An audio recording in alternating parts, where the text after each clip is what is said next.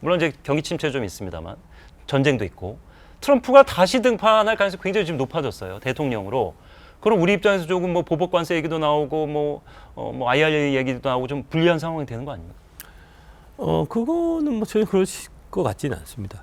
예. 그러니까 나쁜 쪽은 거의 없을 것 같고요. 미국 내 기업들도 마찬가지로. 예, 미국 안에 있는 기업도 네. 마찬가지고 우리한테도 사실 뭐 아무래도 도움되는 쪽이면 도움되는 쪽이지 나쁘게 갈 것 같지는 않습니다. 그러니까 큰 틀에서 보면은 이제 트럼프는 대통령 당선돼서도 그렇고 당선되고 나서도 중국 때리기로 재미를 되게 많이 봤던 사람이거든요. 우리 입장에서는 이제 2차 전지나 이제 그다음에 전기차 입장에서 보면은 중국을 어떻게 견제하느냐가 사실은 상당히 좀 중요한 과제인데 네. 그 중국 견제에 가장 앞장서 있는 사람이 또 트럼프이기 때문에 예. 트럼프가 대통령이 되면 그런 측면에 있어서는 훨씬 더 우리가 좀 운신의 폭이 넓지 않을까 싶고요. 한 가지 좀 약간 좀 우려되는 부분이 있다고 하면 트럼프가 원래 풍력, 태양광 이런 걸 되게 싫어해요. 친환경이라고 불리고 있는 그런 에너지원들을. 예, 친환경 에너지. 네. 그러니까 신재생 에너지는 이거는 사실 사기에 가깝다라고 그 과거 대통령 시절부터 사실 줄기차게 주장했던 사람이거든요. 그러면서 이제 그 셰일 오일이라고 아마 들어보셨을 텐데. 태양에서 네. 나오는 그런 예. 거죠. 그게 예. 이제 채취하게 될 때 환경 오염이 심각하게 일어나는 문제가 있어서 뽑지를 못하고 있었던 거를 트럼프가 뽑을 수 있게끔 이제 막 만들어줬고 그러면서 셰일 오일이 미국에서 쏟아져서 유가가 떨어졌고 미국 사람들이 되게 싸게 차를 타고 다닐 수 있었다는 거잖아요. 네. 유가가 절약됐을 테니까 지금 뭐 풍력이나 태양광 같은 쪽이 우리나라가 좀 미국에 진출해 네. 있는 기업들이 조금 어려움을 겪게 되지 않을까 그렇게 보고 있습니다. 예. 네. 전기차의 미래는 과연 어떻게 될 것이냐. 부정적인 시각이 지금은 좀 팽배한 것 같은데 물론 이제 일시적일 수도 있습니다. 전기차가 대세가 될 거라고 보시는지 그리고 대세가 된다면 그 이후에 전기차 이후의 시대는 전기차로 쭉 갈 것인지 아니면 또 다른 차가 뭐 수소가 100% 수소가 나온다든지 공기로 간다든지 뭐 그런 시대 오긴 하겠습니다. 어떻게 보십니까?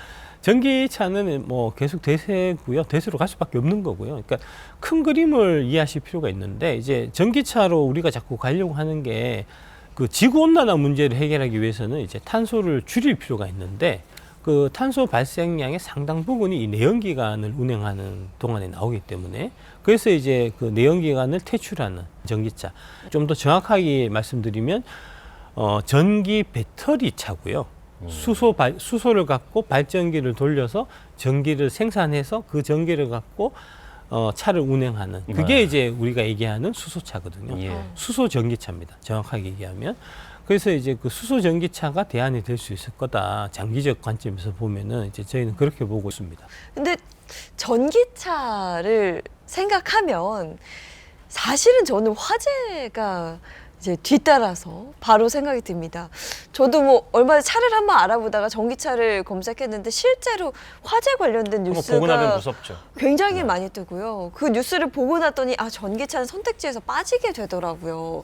근데 화재 관련해서 안전성 이 부분은 어떻게 설명해 주실 거예요? 전기차가 내연기관차보다 화재에 있어서 훨씬 더 안전한 차입니다.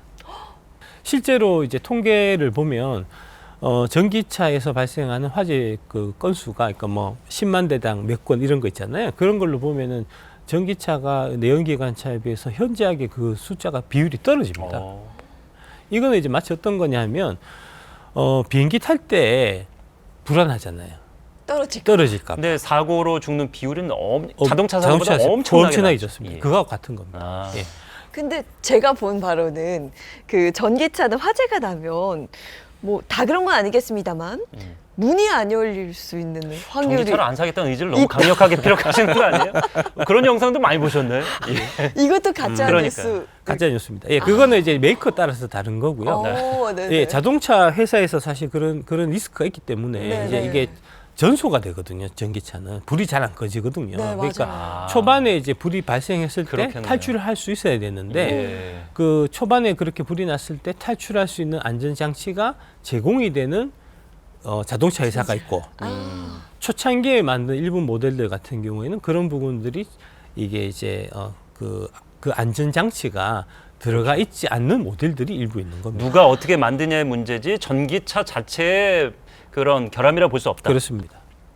자, 그럼 다음 질문 저는 조금 예민할 수도 있고 어떻게 보면 작가님께는 단순할 수도 있는 질문 좀 드리고 싶은데 반도체 시장의 미래와 관련해서 어떻게 좀 생각을 하고 계시는지. 반도체 시장의 미래가 결국은 이제 AI하고 관련돼 있다고 그렇죠. 보시면 될 것 같습니다. 네. 그러니까 이제 처음에 제가 이제 반도체 맡았던 뭐 그 99년, 2000년 이때만 해도 우리가 이제 내년에 반도체 시장이 어떻게 될까 이거를 이제 이제 예상하기 위해서는 뭘 봐야 되냐 하면은 이제 내년에 PC가 얼마나 팔릴 건가 하는 거를 예상했었어야 됐어요. 근데 그게 이제 좀 지나서 그 자리를 노트북이 차지했고요. 그 다음엔 좀 지나서 2007년에 모바일 혁명이 모바일이죠. 나타나온 다음에는 휴대폰이 얼마나 팔리느냐. 그 다음에 또 몇 년 더 지나서는 서버가 시장이 얼마나 많이 이제 커지느냐. 이런 걸로 계속해서 바뀐 거거든요. 예. 그래서 이제 그런 관점에서 보면 이거를 어떤 것들이 새로 등장해서 대체할 수 있을지 이 부분이 사실 가장 핵심적인 질문이라고 이제 말씀드릴 수 있고요. 그 기대를 지금 이제 AI가 올해 이제 붐이 불면서 그 붐 때문에 반도체 주가가 사실 많이 올랐던 건데, 네. 챗 GPT 관련한 통계를 보면은 이제 이게 그 MAU라 그래서 이제 그 monthly, 그러니까 한 달에 얼마나 많이 방문했냐, 이거를 가장 중요하게 봐요. 네. 챗 GPT의 경우에는 23년 대략 5월 달이 피크였고요. 6월, 7월, 8월, 9월에서는 계속해서 그 월 평균 방문자 수의 숫자 자체가 줄었습니다. 그러니까 그 챗 GPT라고 하는 생성형 AI가 사실은 이제 일종의 큰 메가 트렌드라기보다는 한때 반짝하고 끝나는 좀 유행에 가까웠던 거 아니냐, 이제 그런 얘기를 이제 말씀드릴 수 있겠습니다. 사실 뭐 시장이 어려워지면서 많이 빠졌다곤 하지만 여전히 그래도 주식을 하고 있는 분들 굉장히 많고, 그 중에서도 배터리 관련 분야가 뜨거운 감자로 떠오르면서 작가님께서 또 참 많은 오해를 받기도 했습니다. 그래서 뭐 답답한 마음에 계좌를 오픈하시기도 하고, 뭐 각종 뭐 땡튜브나 혹은 언론 매체 메시지를 계속 던지시기도 하는데, 그럼 가장 궁금한 건 개인 투자자에게 가장 알리고 싶은 부분은 대체 뭘까? 아까 질문 중에 이제 답답한 마음에 이제 계좌를 오픈하셨다 이렇게 말씀하셨는데, 네네. 예, 답답한 마음에 계좌를 오픈한 게 아니고요. 이제 큰 뜻을 갖고 오픈한 겁니다. 어떤 뜻이었어요? 사실은 제가 이제 뭐 여의도 쪽에 오래 이제 뭐 몸을 담고 있었고, 이제 주식을 대한민국 증권 시장의 혜택을 제가 많이 받은 사람이니까, 이제 그런 관점에서 결국은 좋은 투자 문화라는 게 어떤 좋은 주식, 우량주를 사서 그 주식이, 그 회사가, 그 기업이 성장하면서 그 성장의 과실을 같이 이제 나누는, 이게 이제 주식 투자, 이제 올바른 주식 문화잖아요. 그런데 이제 지금 대한민국 증권사에서는 어떻게 얘기하냐면, 장기 투자는 미국 주식으로 해야 되고, 한국 시장은 단타나쳐라, 이러잖아요. 네. 예. 그게 나는 너무 마음에 안 들어갔고, 그렇지 않다. 예. 그렇습니다. 그런 거를 제가 사실 보여주고 싶었고요. 예. 그래서 제 계좌를 오픈한 겁니다. 자, 주식시장에서 뭐 한 몇 달 새에 시끄러웠던 부분이 이제 공매도인데, 이제 뭐 공매도가 뭔지는 이제 다들 아시기 때문에 모르시는 분들이 찾아보시라고 하겠고, 사실 없는 주식을 샀다가 이제 시세 차익을 올리는 건데, 이걸 지금 금지하고 뭐 6월에 풀린다는 얘기도 있습니다만은, 해외에서는 근데 그걸 왜 금지하라는 시각도 많았고, 공매도 금지할 필요 없이 공매도의 문제점을 개선하면 되는 거 아니야? 이런 지적도 있었습니다. 여기에 대한 의견 전해주시죠. 먼저 이제 해외에서 그 공매도를 왜 금지해라는 의견이 많았다는 건 가짜 뉴스고요. 그것도 가짜 뉴스. 예. 관심도 없습니다. 한국 주식시장에 대해서. 거긴 그게 뭐 큰 시작이거나 매력적인 시작은 아니거든요. 그렇습니다. 현 시점에서는. 예, 예. 그 이제 해외라고 하는 사람들이 사실은 이제 홍콩, 싱가포르 사람을 얘기하는 거고요. 홍콩, 싱가포르의 이제 펀드들, 이런 쪽에서 이제 대한민국 시장에서 공매도를 많이 치는 주 세력이거든요. 네. 그러니까 이제 외국인 투자자들이 이제 공매도 이거 금지하는 거에 대해서 되게 반대하고 한국 시장은 떠나려고 한다라고 하면 이제 그 외국인 투자자들이 한국 떠나면 안 될 것 같은데 하면서 여러분들이 많이 놀라고. 그럼 공매도 금지 자체는 나쁜 정책은 아니었다. 그럼요. 예, 당연히 해야 될 정책이었고요. 그러니까 그 정부에서 발표한 거 보면은 이제 공매도를 관련된 이런 지금 현재 상황이 이제 마치 모든 그 창문이 다 깨져 있는 거하고 마찬가지로 불법이 난무하고 있는 시장이라서 일단 공매도를 먼저 이제 금지를 해놓고, 그 다음에 이 제도를 개선한 다음에 다시 공매도를 허용하겠다는 게 이제 애초에 정부 쪽에서도 사실은 발표였으니까, 그러니까 제도 개선을 위한 공매도 금지는 저는 적극 찬성하고요. 단순하게 이제 제도 개선 없이 공매도만 금지하는 거는 저는 절대 반대입니다. 그럼 제도가 어떻게 바뀔 것 같습니다. 근데 일단은 첫 번째로 공매도가 지금 금지되지가 않았고요.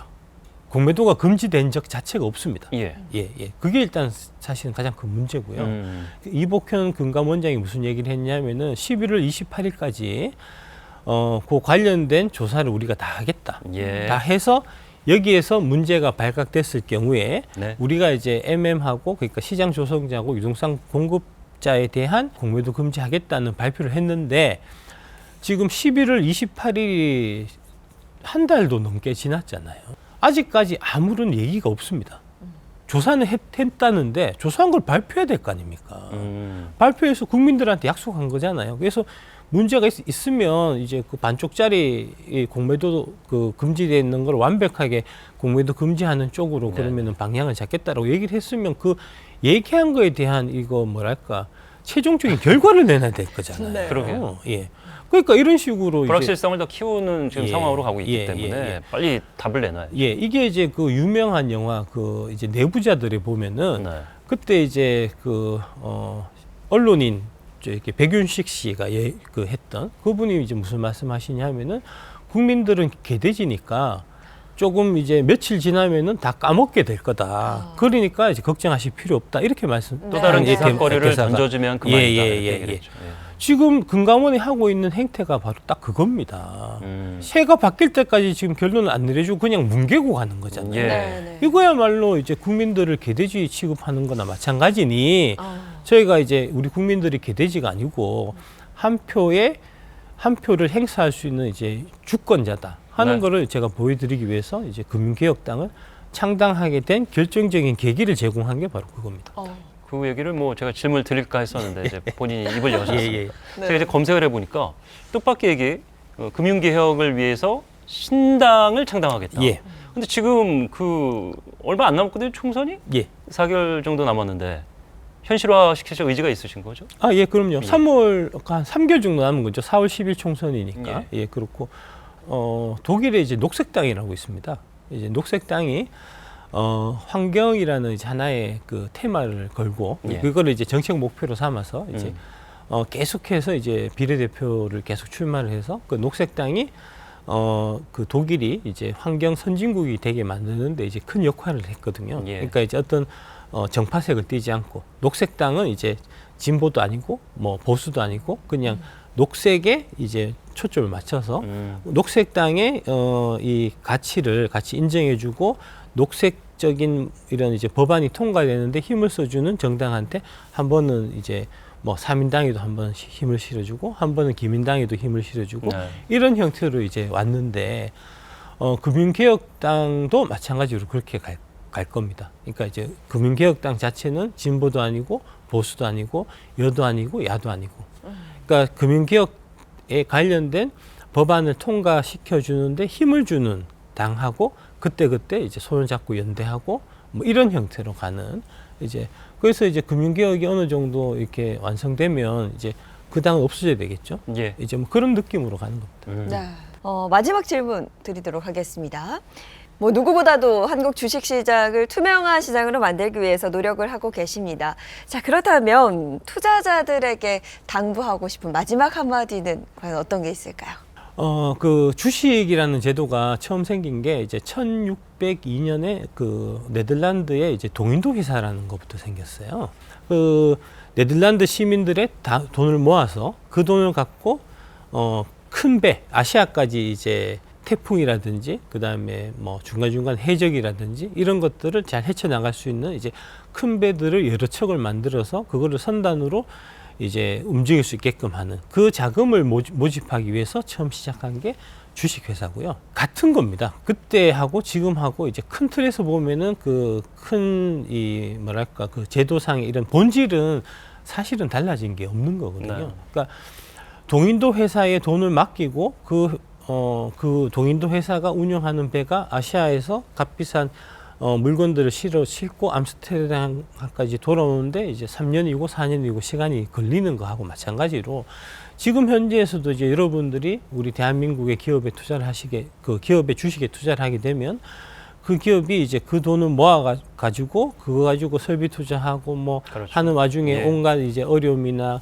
고난이나 이런 거를 이제 다 극복을 하고 그에 관련된 성과를 여러분들한테 이제 갖고 오면 마찬가지로 여러분들이 주식 투자라는 걸 통해서 네. 이득을 얻을 수 있는 이제 그런 거거든요. 그러니까 그런 관점으로 이제 내가 정말 응원하는 기업에 내 돈을 맡기고 이 기업이 잘 커서 그래서 내가 이제 거기에서 나도 부를 나눌 수 있는 이제 이런 느낌으로 좀 주식을 대하고 여러분들이 좀 투자를 하시면 좋겠다는 말씀을 마지막으로 꼭 드리고 싶습니다. 예. 네.